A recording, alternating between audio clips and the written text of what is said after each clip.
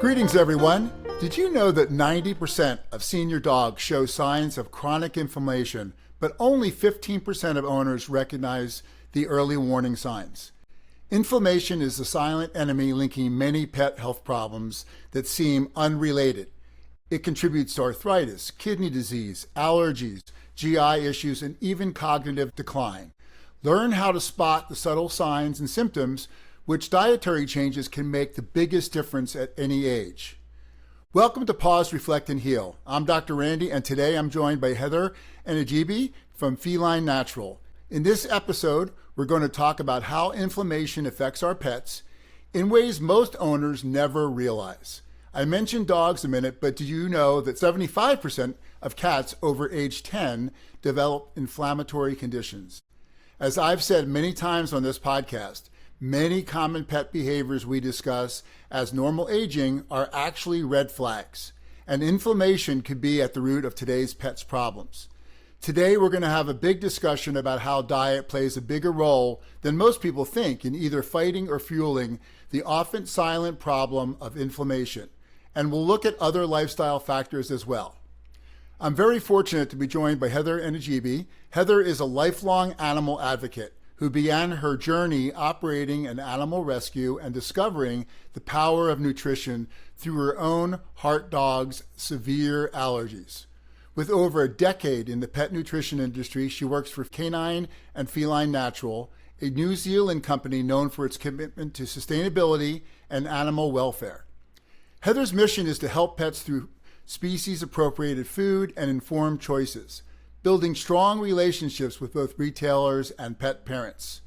Heather, before we get started, is there anything else you'd like to share with our listeners about your background? Yeah, well, I was really fortunate enough to kind of land with this great company and work with Dr. Mark Roberts, who has his PhD in animal sciences.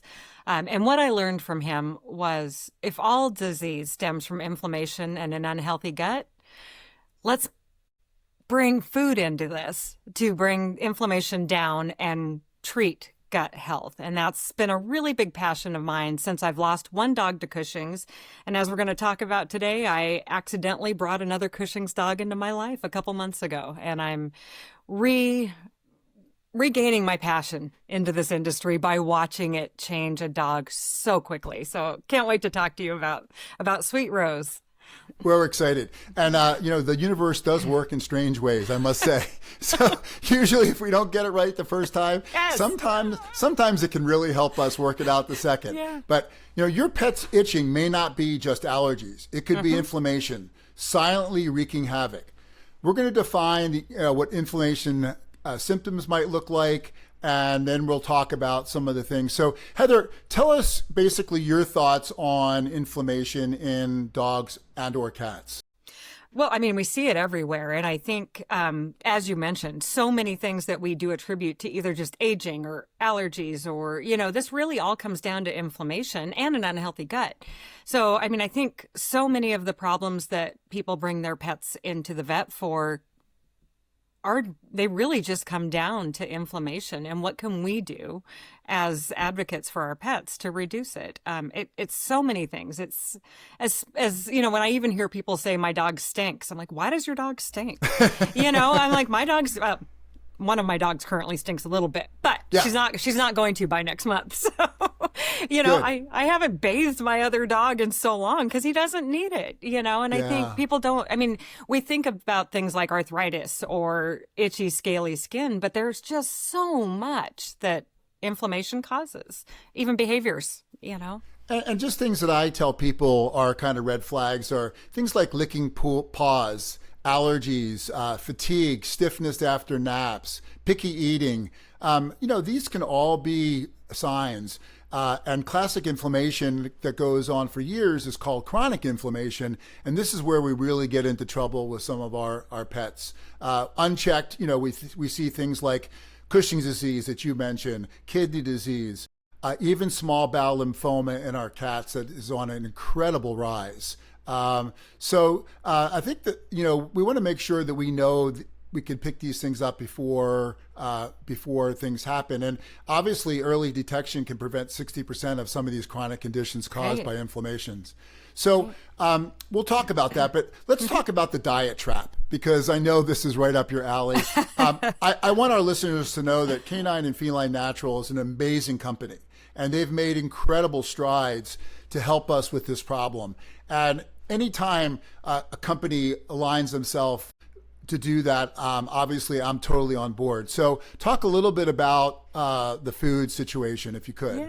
Yeah. I mean, so my beliefs and what I have seen work throughout my career here, but also specifically in the last couple of months, is feeding a diet that is 100% pasture-raised meats. We've got green-lip mussels in all of our formulas. Usually you see that in a joint supplement aisle. We're putting it right into our food. So again, omega-3s, you're changing the balance there. And really the pasture-raised meats is a big, big thing that people don't think about.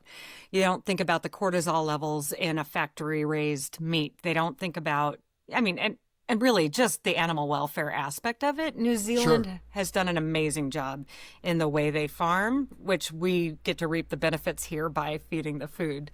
Just a high meat diet, because biologically appropriate diet is what an animal would, it's what they're meant to eat. We've commercialized pet food and taken them really far outside what they would self-select. Yes. And, studies show if you allow an animal to self-select their diet, they're going to select a diet high in protein, high in fat, extraordinarily low in carbs. So I do tend to look at carbs as kind of like, reduce that carb level. Yes, our food can help heal your pet, but keep them out of there in the first place. You can keep them healthy by starting this diet early instead of, like I'm doing now, correcting a lifetime of most likely inflammation her entire life. So. Yep. And when I work with my pet parents, we set that stage early in a puppy and kitten's life on what that looks like. But let me just back up and tell our listeners kind of a really small, short history. When I was a young guy, which was before the light bulb was invented, we didn't have kibble. So the ranch dogs and the farm dogs ate what we ate. And they ate very biologically appropriate, high protein type diets that Heather's alluded to. Kibble came along because it was, easy. And so now we have these super heat treated, highly processed diets producing things like advanced glycolation end products, Maillard reaction products that are toxic to our cats and dogs. And besides that, they use the simple carbs like soy, corn, wheat, rice, and white potato. And these turn to sugar, which are incredibly inflammatory for our pets. So, often when I have a second and third opinion in hospital or on my telemedicine cases, we immediately work to get those carbs, the simple carbs, out of a pet's diet. We immediately work to get the carbohydrate level down, because even on some of the really good kibbles, there's still 40 or 50% carbs. And as Heather alluded to, these can really cause a lot of inflammatory problems that we're seeing. And that, that doesn't even talk about rendered fats or other types, plant or proteins that can trigger immune systems. 4D meats. Yeah, exactly. I tell the story, and people probably don't want to hear this, but when I was my first year of veterinary school, we went to a meat processing plant, and we saw what the big food companies were taking as far as their protein. And honestly, it was stuff off the floor. It was tumors. It was animals that were euthanized with euthanasia solution in them. So, these are the things that really could be a problem, to say the least. Well, and I always think, we all know what a human, like a hot dog you get at the ballpark. You know what part of the meat that is. Well, cheap pet food is what's left after the hot dogs are taken. So that's really, really bad. Exactly. Yeah. So the quality and sourcing matter a lot. Oh, no question. And so, what I tell my listeners is I make a slow transition off of the products that they're on. I'm not a fan of many of the prescription diets. And the reason I'm not is because of the same thing that Heather and I am talking about, that many of these are made with simple carbs. They're highly processed.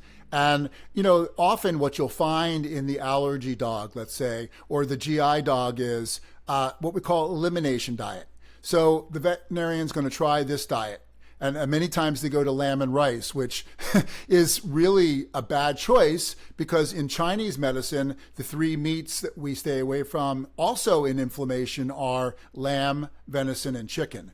So, and then these diets are made with the simple carbs and like rice, which basically is inflammatory.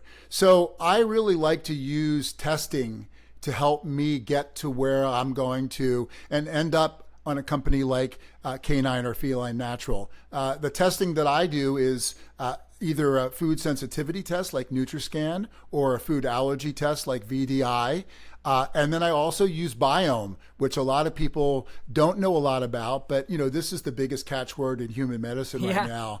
And once we discover how your dog or cat's biome is off, we can correct just with supplements. And as you heard me say, no medicine, we're talking about supplements. So between that and diet, we could really make a big difference. Absolutely. Yeah. So, also you've had this experience. We've talked about Rose and we've talked about your other dog. There's a real catch with, like using things like steroids. They may stop the itching, but what's the cost? And, the standard outline for these kind of animals many times is a very strong antibiotic, something like metronidazole, which, as I tell people, is so damaging to our pets. Metronidazole was created by human surgeons so that if they got into your bowel into surgery and leaked something, you'd have no bacteria to leak because it wipes out everything. Yeah. And so, this plus the anti-inflammatories, the steroids, the apoquels, the atopicas, which are immune lowering or, immune suppressing, can really cause problems. And as we can talk about, the vet bills can be quite outrageous. Yeah.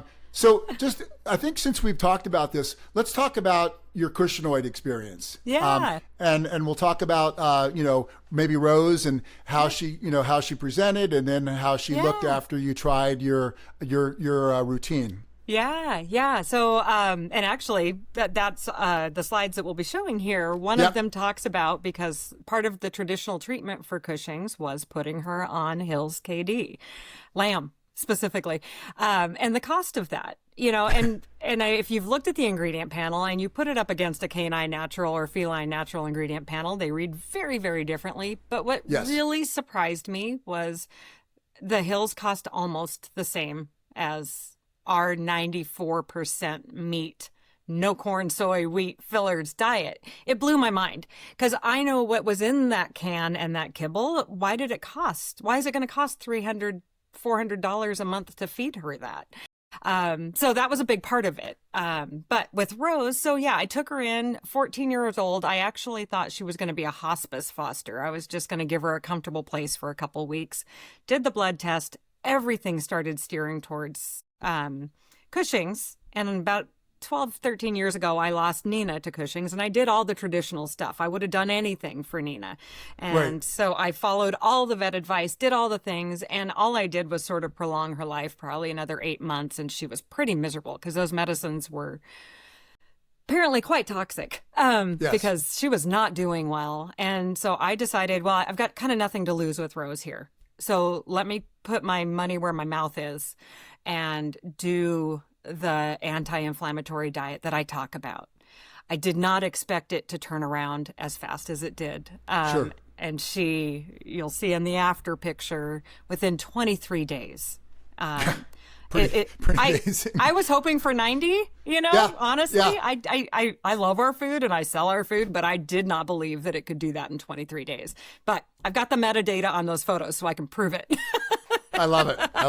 Yeah, you don't have to prove it to me because I've seen the same thing. And so I just want to back up and let our listeners know about Cushing's. So Cushing's disease is an overactive adrenal gland. It's production of too much cortisol and steroid that's affecting the animal. Often comes with symptoms of drinking a lot of water, urinating a lot, always being hungry, but not really gaining weight, restlessness, pot belly, intense breathing, or a lot of panting and whatnot. So these are often some warning signs, and often your veterinarian can pick up the telltale signs of Cushing's. There are some specific tests that we do to really nail it down, because there are two types of Cushing's, one coming from the pituitary gland and one also coming from adrenal tumor, which is a little bit more difficult to deal with. But Heather did absolutely the right things. And in my world, I would have added, because I have this ammunition, I would have added the food sensitivity or allergy test. I would have added the biome to balance their body to help. But the diet plus the Chinese herbal medicine for marbles is a great way to go. And you can see the results. And obviously we're talking about these medications that are immune suppressive. So here in Arizona, just for example, and really across the United States, there are many fungal diseases that live in the soil. Here we have a fungal disease called coccidiomycosis or valley fever.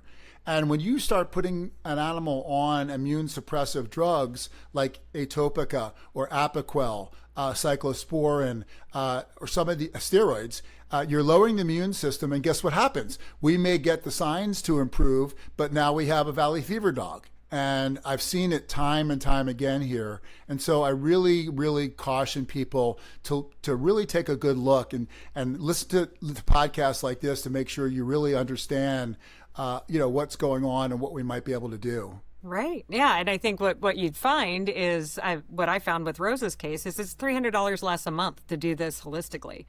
Right. So I think so often people associate holistic or high quality feeding with big expense, but I think you really need to look at the bigger picture on fluids, antibiotics, kind of this whole kind of wheel you get into of chasing side effects and how much more affordable it is to actually do it. And just seeing Rose run, because she's not so stiff. We talked about other symptoms of inflammation, stiffness, and you think about that with yourself. You hear people say all the time, oh, I had too much pasta or something like that and my joints hurt. Well, what is a 50+% terrible quality kibble going to do to those same joints for your pet? And they live such short lives. Like, Correct. Let's throw everything good at them in their short little lives so we have them with us for longer. Yeah. I just want to mention, if we could, to make sure if you're watching this episode and you like it, subscribe to the YouTube channel that it's on. Look at Spotify and Apple. You'll see these podcasts on there. And also follow us at Dr. Randy Pet Vet, because many of these podcasts will be on there, plus articles and whatnot. A lot of information that I give my clients that will really educate our pet parents, because Heather's job, just like mine, is to educate you and make sure that the more information you have, the better off your pet's going to be. And Mark, so talk a little bit about. I want to mention Feline Natural because I'm really interested. I'm interested in both products, obviously, but talk a little bit about how that maybe had come about and what forms it's in, so people can listen, because I really want them to know what the options are. Yeah. And our feline is truly exceptional because your cat is an obligate carnivore. So why are you going to pay for a lot of fruits and vegetables that your cat does not need? So our feline diets are 98% meat plus the green lip mussels. Something else we do when I talk about anti-inflammation, our cans and pouches, we don't add any gelling agents, because that's something else that it can upset the GI tract. We just add water and cook it. So you're keeping it very clean. You're not upsetting kind of the balance, but very, very high meat, very high quality meat and green lip mussels. And it comes in freeze-dried pouches and cans. We get a lot of great feedback on our freeze-dried. There is a perception out there that cats don't like freeze-dried food, and I think a lot of times it has to do with the format. Right. And we have a great little pellet that gives the cat the mouthfeel. So I really encourage people to try it because I think they'll be surprised. Even if it's just a treat for their cat, it's a great way to boost the nutrition on top of whatever else you might be doing. And the cans and pouches for diabetes, we have less than 1% carbs in our feline diets. And that's amazing. I mean, just that level versus if we talk about 40 to 50% simple carbs in many of the kibble type diets. I don't have any of my cats that I'm working with on kibbles, unless I really have to. There's some cats that we just have to offer some crunchies occasionally, but I try to avoid that at all costs. But I also like the freeze-dried products because you're adding water, and we need our cats to be drinking. You know, we talk about using multiple fountains in the house with purified water, so the cat really has access to a lot of water, because chronic kidney disease in cats is a terrible problem. And again, another inflammatory problem. And again, we're working on things that we want to be proactive, and Heather and I are educating you guys that we want to do these things so that we don't see you for these issues. I always tell my pet parents, I like to talk myself out of business. I also mentioned I'm not a chiropractor, don't want to see them every week. But I think the more that we can do this, the better off we are, and the better off we can be. So, you know, I think just kind of getting through the misconceptions. You know, there's a statistic out there that if you do some simple diet switches, you can get 40% of the inflammatory markers out of your animal's pet in about 30 days. Now, I tell people, you know, when I try to do these things, like Heather said earlier with Rose, I expect, 90 days, 6 months. So I tell people many times it's a slow process, but often we see the changes very quickly.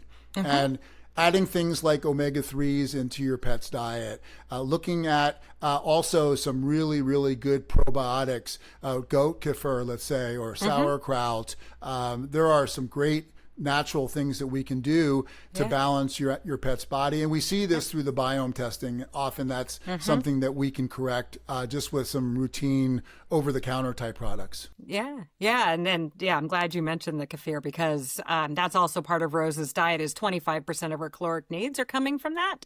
I've been consulting a lot with Chelsea Kent from Solutions Pet Products and Dr. Roxanne Stone. So that's part of what we're doing with her, as well as a fish gelatin called Fish Jiggles. Omega-3s. But you'll see that on the chart, that exactly her diet and what it costs to do to turn it around. And it was remarkable. Good. And I would like to say, though, because you did mention, like, I expected 90 days. And I think a lot of people give up because of the detox. They mistake what's the detox. They mistake that for the dog getting worse or the cat getting worse, when really it's detox. Because as great as Rose looks now, she still has dandruff. She still has some smell. She's detoxing. 14 years of whatever happened to her, you know? And so I always want to encourage people, don't give up. I mean, I feel like Rose was an exceptional case, unexpected, but I think 90 days makes sense. Maybe even 6 months, depending on how many years of they've got to shed all of this and get rid of all of those toxins. So I always want to encourage people, do not give up. If things look a little worse that first couple weeks, that's fine. It's fine. Yeah, and we really get scientific evidence when we run our biome testing with this, and we'll see the high levels of, let's say, streptococcus in their stool, or C. diff or C. perf in there, which can really cause issues. And as Heather is mentioning, the smell often comes from Malassezia yeast or staph bacteria. Again, very often an imbalance in the bowel situation, and many times changing or helping the biome improve really makes a huge difference, and getting a lot of that out of their body. But you're absolutely right. I've had multiple times when I've talked to my owners, my pet parents, about doing these types of things, and they call me in a week and say, God, doc, she's so much worse. And I go, remember that, like Heather said, this has been 14 years of inappropriate diet and the wrong type of situations and the chronic inflammation and the dysbiosis. We've got to correct, and it's got to come out. It's got to come out somewhere. It either comes out in them ear infections or pododermatitis, licking of their feet, and foot infections, or severe skin problems. Right. But it will correct. You just have to hang in there. And it sometimes, it's, like you said, it sometimes can be tough getting people to walk them through that first, let's say 2 to 4 weeks. Sometimes can be really difficult. If your entire diet was McDonald's and then you go with a really healthy whole food diet, you're not going to feel great in that interim while your body figures it out. I love that Rose was an anomaly, but I just don't. I want people to stick with it, because I mean, it will work. Absolutely. Absolutely. Yeah. Do you feel like there's anything we missed? I know we were talking about our best treatment is prevention, and prevention starts in the food bowl, which I think we've really made that point. Anything you think we could add to this before we're done talking? Yeah. I mean, I also want to just also talk, I mean, obviously I sell a brand, but there are so many things you can do. Adding, blueberries, kale, papaya, alfalfa. There's so many things that you can add from your own fridge. Sardines. There's so much you can do on top of whatever else you're doing just to boost. The studies are showing even just 20% of whole foods on top of kibble make all of these changes. Obviously, I want you to bring those carbs way down. But I don't want people to get discouraged by thinking, the store I go to doesn't carry you or things like that. There are other things you can do that you just have in your own fridge or your own pantry that might help. And I'm assuming this is correct, but I would imagine isn't Canine and Feline Natural available on some online stores like Chewy and stuff like that? Yeah, and we sell direct. I really encourage people to go into your independent pet store because we really want to support those brick and mortars. But we'll come to you wherever you're at. And I think we've even got something that's coming at the end of this that, a discount code to our own website. But please, go. I know you've got a great store near you, Dr. Randy. Yes. So we're reaching out to them now. So good. Yeah. OK Feed, which has been my mainstay, is about a mile from Paws Veterinary Center here in Tucson. And I'm always going in there, looking at what they're doing and talking to Michelle and the other people there and saying, hey, we need to be doing a lot more with this Feline Natural product. I'm going to be sending you people. And she always listens to me because she knows I send them. Sure. And ends up a lot of that food walks out the door. So it's great. And I'm using it and I'm enjoying it, and my cats love it. My two Devon Rexes are having a great time. Well, talk about our palatability then. We win. Yeah, there you go. Absolutely. Absolutely. Because all of this doesn't matter if your cat won't eat it or your dog won't eat it.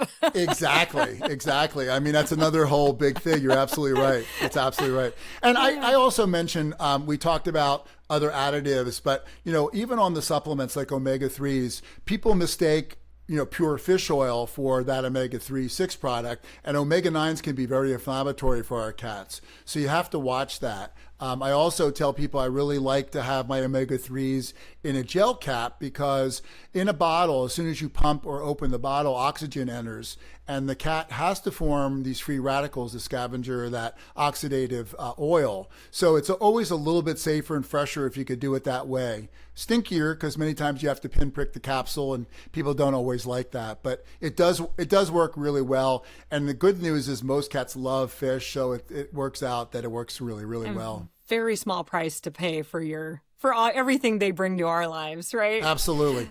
Yeah. Heather, I can't thank you enough, and I want to tell our listeners again, go on Instagram and follow us at Dr. Randy Pet Vet, or subscribe to the YouTube channel. It really helps us bring people like Heather to you. We're going to be talking about Feline Natural at, I believe, the Cat Writers Association, where I'm going to be doing a keynote. But if you're listening and you have a big organization of cats and dogs that need a speaker, I'd love to come, and I'm sure I could probably get Heather to tag along if we can make that work. So let's talk food. There you go. I love it. Heather, thank you so much for being here. Thanks everybody at your company for allowing this time. My pleasure. Look forward to working together in the future. Absolutely. Yeah, thanks. See you soon. Have a great rest of your day. Thanks. You too. Okay. Bye, everybody. Bye, everybody.